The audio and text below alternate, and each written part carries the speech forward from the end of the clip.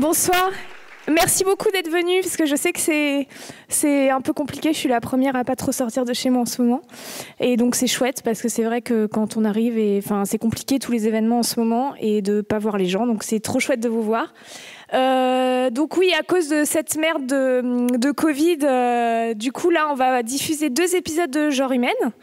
Normalement, il devait y avoir un contenu exclusif, mais donc les tournages ont été en pause évidemment ces derniers mois. On va reprendre en novembre. Donc je vais vous laisser regarder les épisodes, les découvrir. Mais je me suis pas présentée parce que non, mais je me rends compte que je parle comme si vous me connaissiez. Mais je m'appelle Eleonore Coste et je suis autrice, actrice et réalisatrice.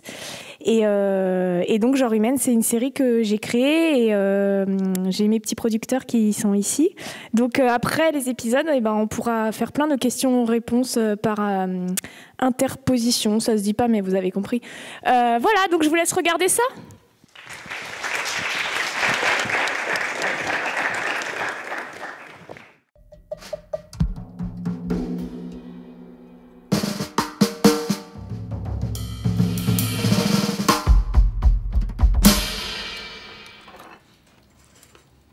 Et donc, c'est quoi le processus? Il y a une tumeur au niveau du côlon, donc on ouvre, on enlève, c'est très simple. Elle est folle. Elle fait combien de centimètres?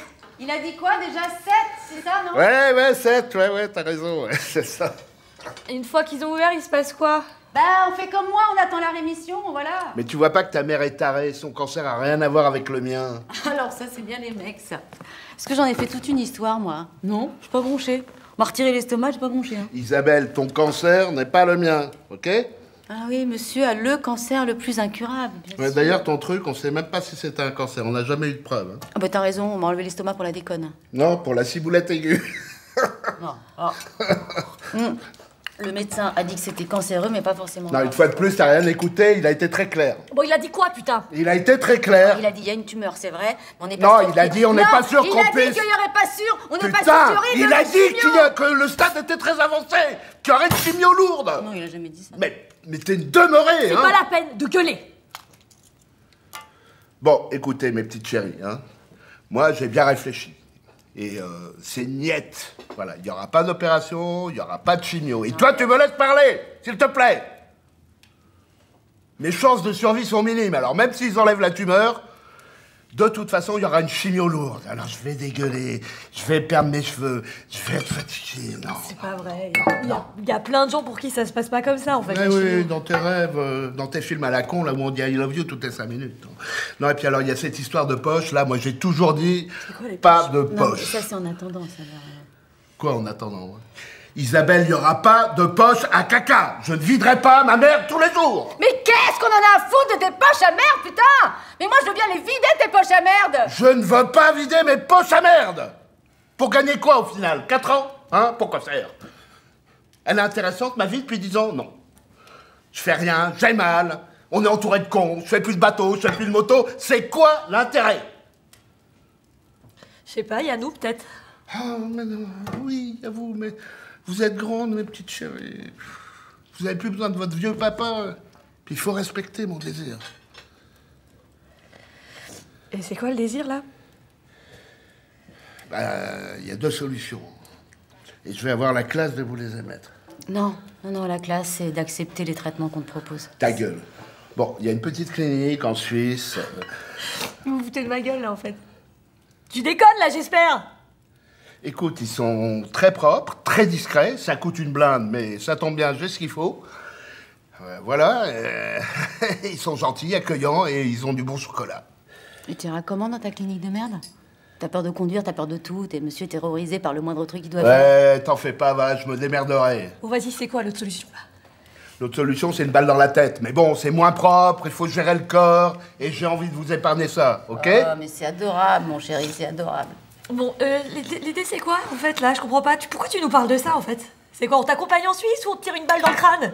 Bon, écoute, moi, je vous dis juste ce qui va se passer, hein. Mais moi, j'accepte pas, en fait. Moi, j'accepterai pas ça.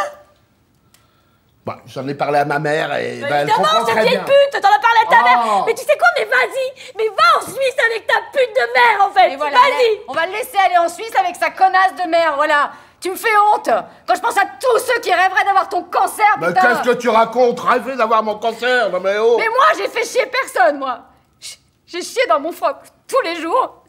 J'ai perdu 20 kilos, on m'a ouvert de là à là dès que je bouffe. Je suis mal et j'ai pas moufté. Mais Je n'ai putain, pas moufté. Isabelle! Moi, j'ai pas envie de devenir un déchet comme toi! Excuse-moi! J'ai pas envie! Et pleure pas, toi! Lâche-moi, putain. Oh, putain, mais vous voulez pas garder un bon souvenir de moi? Un peu gros, certes, mais pas grabataire, avec le cerveau qui fonctionne encore. Parce que je les ai vus, moi, les cancéreux, là, en phase terminale. C'est horrible. Je vais vous épargner ça, d'avoir à me torcher le cul tous les jours. J'ai envie de partir dignement. C'est trop demandé, ça, hein? Bah, tu peux essayer l'opération, moi. Mais non, c'est pas un jeu, j'ai pas envie d'être ouvert, d'être charcuté. À 62 balais, pourquoi faire? Y a quoi à rattraper? Et puis l'injection, ça coûte 6 000 €. J'ai pas envie de creuser le trou de la sécu. Surtout pour vos générations, là, l'argent, vous allez en avoir besoin. Avec toute la merde qu'on vous fait bouffer. Ah chérie, j'ai fait le tour. Et un joli tour. J'ai eu une belle vie. Très belle vie. Avec votre mère, on s'est aimé très fort. J'ai été aimé très fort. J'ai aimé très fort. Ah, j'ai eu une belle maison, un boulot merveilleux. J'ai traversé les océans. J'ai bouffé dans les plus beaux hôtels des mets délicieux. J'ai bu des vins. Ah, exquis. J'ai baisé. Baisé. Beaucoup baisé. Ah, chérie. On s'est marré, putain. On s'est marré. Maintenant, c'est votre tour, les filles. C'est ça, c'est pas grave, on va pas en faire tout un cinéma. C'est le cycle de la vie, ça. Pleure pas, mon lapin.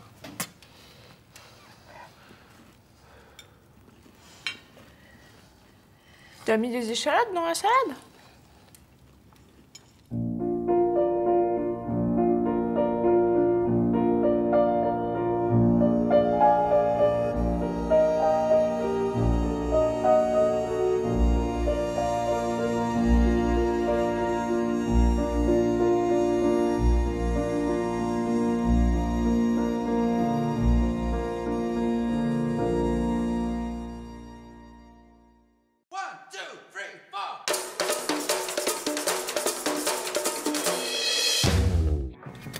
Bonsoir. Bonsoir. C'est Costes, c'est ça? Coste, ouais. Bonsoir. Bonsoir, monsieur. T'es sûr que ça te dérange pas? Ouais, t'inquiète, c'est sur le chemin. Cool. C'est pour le 33 rue Gambetta? Ouais, et après, en fait, on ira dans le centre. Je mettrai l'adresse plus tard. D'accord.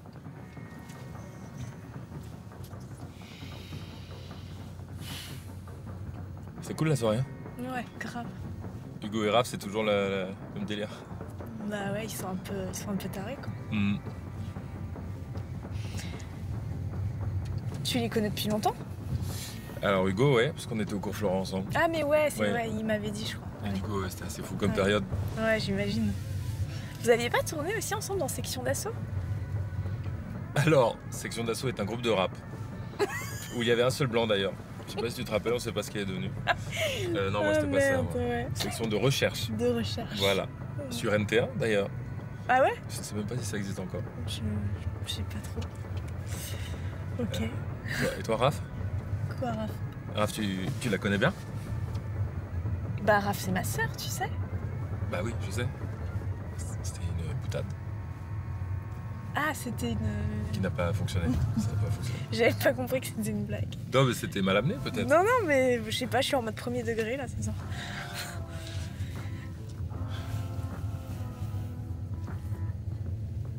Et du coup, avec Ludo, alors c'est fini. Hein. Putain, t'es direct. Bah direct, non, c'est juste que c'est comme un ro, quand t'as un ro qui arrive, qui est bloqué là. Qu'après tu le lâches, bah là Ouais. ça m'a fait pareil, c'est catharsis, tu vois. Ouais. Ludo, c'est mon ro.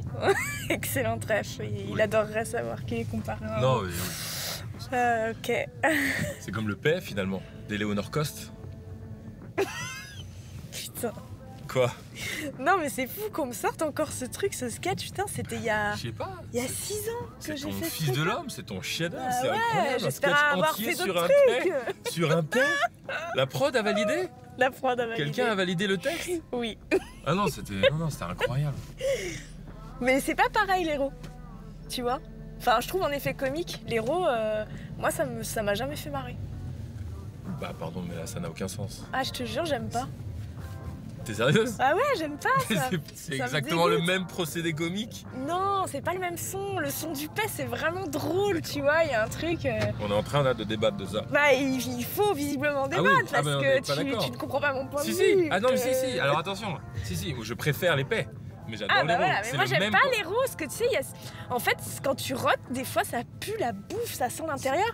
L'étape d'après, le rose, c'est quand même la germe. Ah, ça, tu Ouais, vois, c'est vrai, on c'est oublie. vrai. L'étape d'après le paix, C'est c'est Dallas quoi. Non mais c'est fou, ce Ouais, raisonnement non, n'a mais aucun bon, sens, pardon. laisse tomber, je sais pas m'exprimer là. Ah si, bien. C'est juste contradictoire. Tu Oui. sais t'exprimer en contradiction. C'est peut-être parce que t'es un peu perturbé. Ah bon? Pas. Bah, par mon charisme.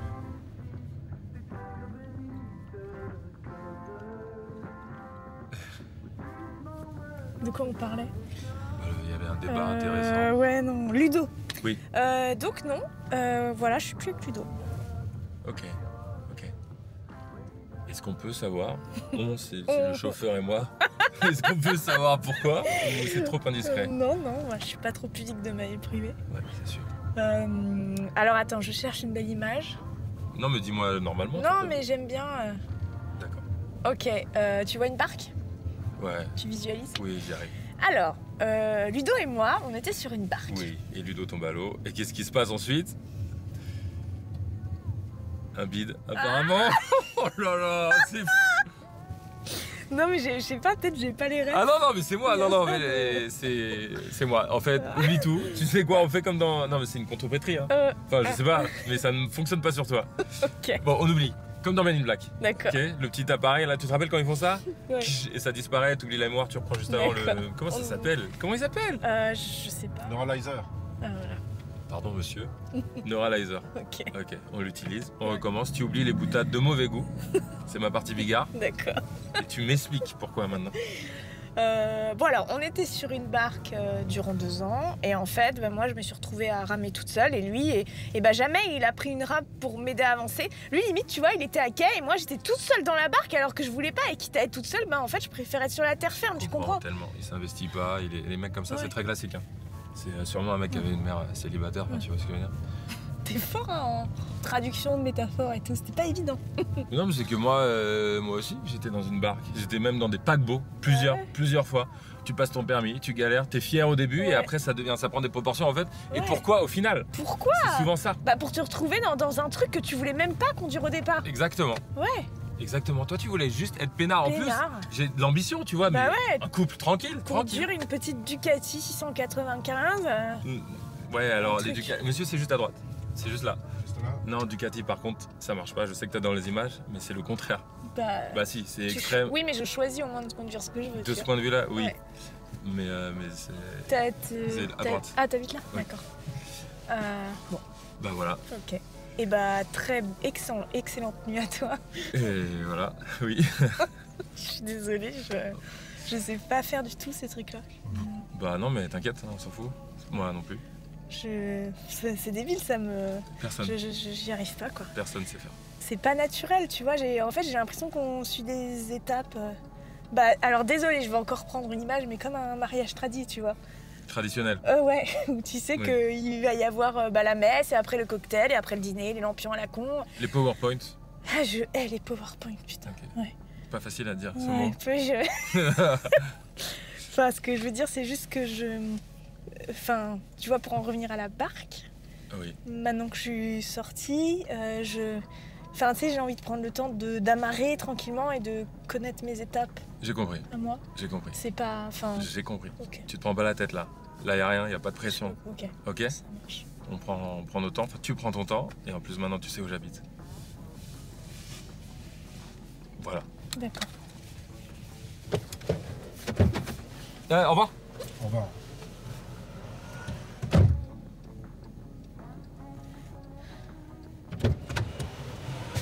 Attends, juste, on n'en a pas parlé, ça n'a aucun sens le trajet que t'as fait là. Ah bon? Bah si, monsieur, c'est un gros détour, juste pour moi. Bah pour notre barque, on prendra un GPS.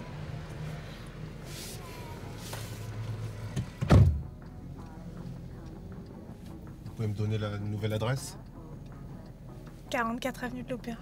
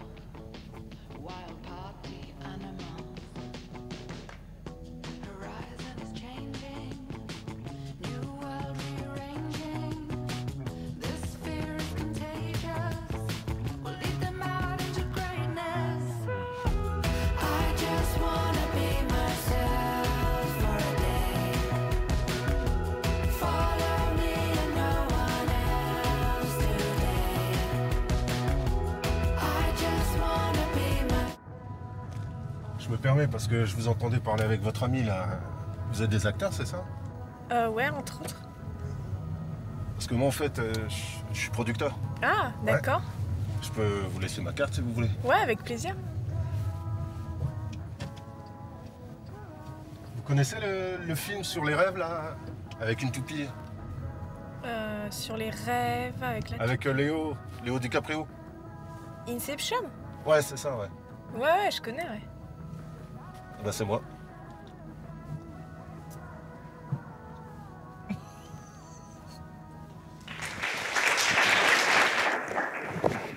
Voilà, merci beaucoup.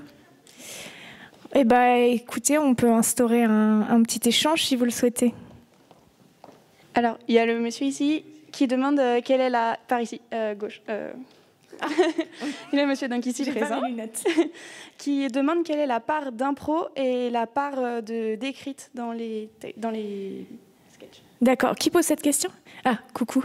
Alors, c'est très écrit. Et en fait, une fois que c'est écrit, je propose aux comédiens et on fait des lectures. Et à partir de là, je leur demande de vraiment pouvoir mettre leurs mots et de leur personne. Par exemple, celui avec Carlito, je l'ai vraiment écrit pour lui. Donc en imaginant son parler, etc. Et ensuite, quand on a fait... d'ailleurs, on n'a pas fait de lecture avec lui, il est venu direct sur le tournage. Et il y a une petite part, combien on dirait qu'il y a d'impro? Peut-être 10%, il y en a quand même parce qu'il faut que ce soit très naturel. Mais par exemple, dans la saison 1, on avait fait un épisode avec Sophie-Marie Larouille. Et en fait, on fait toujours une prise où on colle au texte et ensuite on se lâche. Et avec Sophie-Marie, on avait... donc je lui avais dit lâche-toi et tout. Et l'épisode avait duré 17 minutes en plan séquence. Parce qu'en fait, si tu dis OK pour l'impro à fond, ça peut durer des plombes. Donc il faut quand même une certaine structure. Par exemple, l'épisode de l'annonce, il n'y a aucune impro. C'est complètement écrit et c'était ouf parce que les acteurs qui jouent les parents, ils se sont complètement appropriés le truc parce que je leur ai dit mettez vos mots et tout. Mais c'est des acteurs vraiment de cinéma qui ont beaucoup plus d'expérience et qui se sont vraiment appropriés le truc. Voilà. Et là, pour le coup, je crois que c'est à la virgule près. Là, en le revoyant, je me disais c'est dingue. Si on reprenait le scénario, c'est vrai, c'est à la virgule près. Il y a une question ici. Au niveau du scénario, comment est-ce que les moments de silence sont écrits ou sont traduits? J'écris silence sur le papier. Et en fait, je le retranscris pas. Typiquement, sur ce long silence, j'avais vraiment écrit un long silence. Et après, dans ma tête, je m'imagine toute cette situation. Je me dis, putain, mais en fait, je vais tomber amoureuse de ce mec-là. Et après, la panique d'une relation. Et après, c'est ce qui se passe dans mon cerveau. Mais c'est vrai que je n'ai pas écrit les moments de silence. La question c'était de quoi est-ce que ça a été inspiré, si c'était plutôt autobiographique ou si c'est plus de la fiction ou... Ça dépend des épisodes. L'épisode avec Carlito, il est complètement imaginé. Je suis jamais tombée dans un taxi avec... Enfin si, mais ça s'était très mal passé. Enfin c'est né d'un date qui s'est très mal passé et je me suis dit tiens, comment j'aimerais que ça se passe. Je vais écrire ce que j'aurais aimé qu'il se passe. Et sinon tout le reste c'est complètement... ma vie, enfin c'est complètement autobiographique, ouais. Un peu fictionné toujours évidemment parce qu'il faut toujours quand même être un peu de fiction. Peut-être que le repas de famille il est complètement réaliste, ce repas de famille. Je crois qu'il n'y a pas trop de fiction dedans. Comment est-ce que tu as abordé ce thème aussi dur et comment est-ce que tu l'as mis en scène, enfin, sur quel biais tu l'as mis en scène? L'événement en question a eu lieu il y a quelques années, c'est pour ça que je peux le traiter, que je peux en parler très librement, parce que je pense que sur le moment, j'aurais pas pu en parler comme ça. Comment je l'ai mis en scène je pense qu'il y a plein de créateurs qui ont besoin... Moi, je fais partie des gens qui ont besoin de mettre ça quelque part et que c'est trop fort pour moi. Donc du coup, mais d'ailleurs, c'est le personnage, c'est pour ça qu'elle demande s'il y a des échalotes à la fin. En fait, c'est que moi, cette histoire-là, j'étais pas là quand je l'ai vécue. Je suis en dehors de moi parce que je peux pas me prendre ça de plein fouet. Et en fait, c'est ma façon à moi de le mettre quelque part et que ce soit pas pour rien, quoi. Mais c'est un besoin et c'est un truc qui peut être hyper considéré comme un défaut que j'ai, et mes producteurs ici présents pourront le dire, c'est que du coup j'ai des besoins. Par exemple, à la saison 3, j'ai une urgence de la dire parce que c'est la suite directe. Et en réalité, c'est à 4 ans, c'était il y a 4 ans tout ça, donc c'est dur Enfin, j'ai besoin de le mettre quelque part, en même temps j'ai envie de passer à autre chose, mais pour pouvoir passer à autre chose, il faut que... Voilà. Donc il y a une urgence toujours de création qui peut être aussi un point négatif. Du coup, il y a une question ici au sujet technique. Pourquoi tu choisis le format 4/3 ? Alors ça, le format 4/3, c'est pas moi qui l'ai choisi, c'est Amaury Dequet qui a réalisé. Il voulait sortir du carcan YouTube, créer une image un peu particulière, etc. D'ailleurs, c'est marrant parce que maintenant, c'est vachement utilisé. C'est de plus en plus utilisé sur YouTube, ce format. Mais et puis bon, oui, c'est vrai qu'on trouvait ça. On se disait en fait, je me souviens, on s'était dit que ça allait donner on voulait vraiment qu'il y ait une patte genre humaine et qu'on puisse reconnaître l'image, qu'on puisse Donc il y avait l'idée du plan séquence, 4/3, même la typographie, etc. On voulait un peu travailler l'image. Il y a une question ici. Au niveau du titre, est-ce qu'il y a une explication, interprétation, ou d'où est-ce qu'il vient ? Non, en fait, on cherchait, on voulait, ça aurait pu s'appeler Homo sapiens, ou on voulait un truc qui parle ça parle des problèmes humains de n'importe qui. Je pense que n'importe qui, j'espère, peut se reconnaître dans ces sujets-là. Et donc voilà, on cherchait. Je crois que c'est Amaury en plus qui a trouvé le titre genre humaine. Moi, je crois que je voulais l'appeler Homo sapiens. C'était moins bien. Une question au niveau du plan séquence, de l'autre côté de la salle. La question est de savoir, est-ce qu'il y a eu besoin de beaucoup de répétitions pour faire les plans séquences ? Comment ça s'est passé en live ? Oui, beaucoup. En fait, c'est un peu le point noir du plan séquence, c'est que c'est comme une pièce de théâtre, et c'est vrai que ça nécessite énormément de répétitions, et il faut que ce soit nickel, parce que sinon, les acteurs, ils s'épuisent. Et par exemple... Sur l'épisode avec le papa, à la 12e prise, il en pouvait plus, qu'on peut le faire 12 fois de suite. Et du coup, c'est vrai qu'il faut que ce soit hyper rodé avant de tourner pour pas épuiser les acteurs et pour pas s'épuiser. Donc oui, beaucoup de répétitions. Par rapport au titre, quand tu as parlé du titre en disant que ça concernait tout le monde, donc c'est genre humaine pour que ce soit vraiment large, ton prénom, c'est quoi ? Marion disait qu'elle a que 19 ans, mais que pourtant elle s'est vraiment sentie concernée et qu'elle a été touchée et émue par les différents courts-métrages. Voilà, pour dire que le but avait été atteint. C'est super, et c'est trop bizarre quand même de parler comme ça. Mais c'est vrai, c'est fou, là c'est vraiment le futur. Merci beaucoup Marion. Oui, c'est trop chouette de savoir que ça peut toucher aussi d'autres tranches d'âge que la mienne, parce que moi j'ai 34 ans et j'ai l'impression que ça concerne que les trentenaires, alors qu'en fait... oui, c'est con, parce que le cancer, ça peut toucher aussi tout le monde. Tout le monde. Il y a quelqu'un qui a une question sur la réalisation. Donc, tu disais que c'était pas toi qui avais réalisé. Non. Mais est-ce que tu as un impact ? Et du coup, j'imagine que si oui, jusqu'à quel point ? Est-ce que j'ai un impact sur la réalisation, excuse-moi. Oui, bah alors en fait, en revanche, je dirige les acteurs en amont parce que le truc, c'est que quand on fait de l'autofiction, et surtout avec ce projet, je sais exactement ce que je veux, je sais exactement ce que j'ai dans la tête. Donc, direction des acteurs, etc., c'est plutôt moi qui était sur la direction, et Amaury, évidemment, qui m'épaulait et qui allait dans mon sens et qui, lui, était beaucoup plus sur l'image.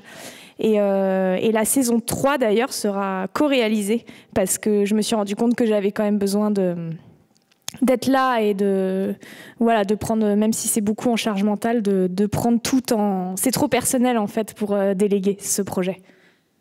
Sur le court-métrage, l'annonce, au niveau du décor, est-ce qu'il y avait une volonté de faire un décor un peu intergénérationnel et dénué de technologie ou pas ou... Enfin, comment c'est chez mes parents. Enfin, j'ai reconstitué l'ambiance chez mes parents, donc la clope, l'alcool, ce truc de bouffe, il y a du fromage, il y a les clopes avec le fromage, c'est chez mes parents, quoi. Mais je pense que c'est chez les parents de beaucoup de gens, non ? De tous ceux qui, ouais, c'est ça, hein, on reconnaît un peu. Oh bah la pâte, quoi. Il y a aussi une question technique. Donc au niveau du premier court-métrage L'Annonce, le plan séquence fait beaucoup de mouvements de caméra. Est-ce que cette partie-là avait été écrite ? Si oui, comment ? Elle a été pensée, mais elle n'a pas été écrite. On s'était dit, nous on voulait avec Amaury, je voulais que ça aille d'un personnage à un autre. Et il me semble que c'est même sur le tournage, hein, les gars, qu'on a réglé combien de temps on reste sur le père, quand est-ce qu'on arrive sur la mère, quand est-ce que... Donc non, ça c'était un peu... Ouais, ça a été fait sur le tournage. On a fait une journée pour faire le plan séquence et en fait on a fait les répétitions le matin et on a fait des répétitions techniques pendant que les comédiens faisaient ça. Ensuite on a pris 1 heure techniquement avec des doublures pour vraiment faire le mouvement et tout. Et c'est pour ça qu'en fait la place à l'improvisation était un peu plus compliquée parce qu'en fait il faut savoir que c'est moi qui cadrais sur ce truc et Léonore était entre moi et le slider parce qu'il fallait qu'elle fasse sa répétition à la fin. Donc il fallait qu'on cale tout et non on a vraiment tout fait le plan sur le moment. On a mis 2-3 heures pour faire la répète, quoi. Et n'hésitez pas si vous avez des questions techniques ou autres qu'artistiques, parce qu'il y a, enfin même artistiques, il y a Erwin et Romain qui sont ici. Donc Romain qui est chef op sur la série et Erwin qui produit la série. Donc n'hésitez pas si vous avez des questions aussi d'ordre de thunes. Il y a une question ici, sinon, entre-temps peut-être. Il se passe combien de temps entre la fin de l'écriture des scénarios et le premier jour de tournage ? Eh ben, ça dépend de la thune. J'ai dû l'écrire en mai-juin, on a eu l'aide du CNC fin juin et on l'a tourné en début octobre. Mais là, par exemple, pour la saison 3, elle est écrite depuis... ça va faire 1 an, parce que je l'ai écrite dans la foulée et on l'a toujours pas tournée. Il y a une question ici, sur la barque. Apparemment, il y aurait une anecdote sur des techniciens dans le coffre. Ah oui, comment tu sais ? Et ouais, bah c'est vrai, il y avait... qui est-ce qu'il y avait dans le coffre ? Bah, il y avait l'ingé son, forcément, et Amaury, et le réalisateur. Bah, je n'ai aucun souvenir d'eux dans le coffre. Non, mais c'est vrai, tu vois, c'est marrant, moi je m'en souviens pas. Et il y avait une autre voiture derrière, ouais, et devant, qui empêchait la circulation. Je sais pas pourquoi vous faisiez ça. Bon, je sais pas, moi, tu sais, j'étais dans mes trucs. Hein. Moi, j'étais en train de tomber amoureuse à ce moment-là. Il y a le monsieur qui a une remarque sur laquelle il peut y avoir des paroles. Il dit déjà qu'il aime beaucoup la lumière et qu'il est surpris du fait que ça soit dans le décor très minimaliste, très réaliste, et que pourtant, à côté de ça, on voit un générique où il y a quand même beaucoup de gens, beaucoup de travail et de techniciens. Bah, merci beaucoup déjà. C'est sûr que la lumière, c'est un truc on a beaucoup pensé en amont, l'identité visuelle. Non, c'est pas vrai. Et non, merci beaucoup. Mais après, ouais, non, le but c'était vraiment de faire une image réaliste. Enfin, quand je dis réaliste, non, même pas, parce qu'on est vraiment parti à un truc où on voulait juste au moins utiliser minimaliste. Mais au final, en fait, même si on est une très petite, parce qu'en fait, on est une petite équipe quand même.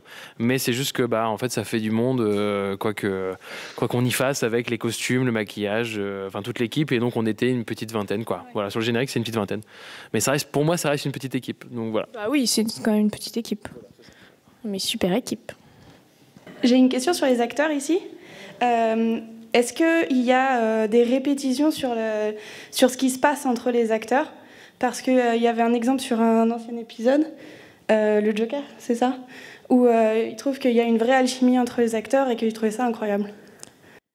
Bah oui, comme je disais, il y a des répétitions à fond. Et après, l'alchimie, bah, comment tu fais l'alchimie? J'ai choisi des gens, des humains qui étaient très sympas, quoi. J'avais peur pour les parents parce que, pour le coup, c'est la première fois... Enfin, Muriel, j'avais déjà travaillé avec elle, mais Arnaud, on a fait un casting et j'avais super peur...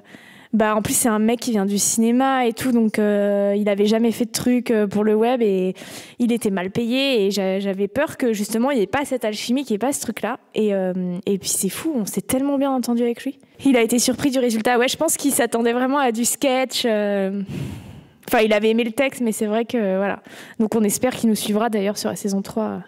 Mais donc voilà, l'alchimie, tu peux pas trop savoir en amont. Enfin, c'est pour ça que je travaille beaucoup avec des gens que je connais déjà et c'est un peu un défaut parce que c'est ce qu'on fait tous et du coup on reste dans nos cercles et c'est un peu dommage parce qu'on loupe des gens comme Arnaud parce qu'en fait on est dans une économie tellement compliquée avec le web qu'on ne peut pas se permettre de perdre du temps avec des acteurs qu'on connaît pas et c'est dommage parce qu'on prend plus de risques en fait à ce niveau-là, je trouve. Hein, c'est vrai. Il y a une question là au sujet de l'annonce. Donc cette petite remarque sur les échalotes à la fin. Est-ce que c'est plus vu comme un système de défense, un mécanisme de défense, ou plus comme un aspect un peu cynique, comme on pourrait trouver dans Le bruit des glaçons? C'est ça? Il est super ce film. Je dirais que c'est vraiment un petit peu des deux, quoi. C'est une espèce d'armure pour parler de tout sauf de ça et rester sur les choses futiles. Et de considérer ce sujet comme... Après, moi, c'est mon éducation, c'est qu'on a toujours fait ça. Hein. On va parler d'un truc hyper grave et à côté, moi, je suis toujours celle dans la famille qui va plutôt parler des trucs... surtout la bouffe, quoi. Une autre question technique, du coup, au sujet de l'épisode La Barque. Comment ça se fait ou comment vous avez réussi à faire que le dialogue tienne pile poil dans le temps du trajet de la voiture? Eh ben,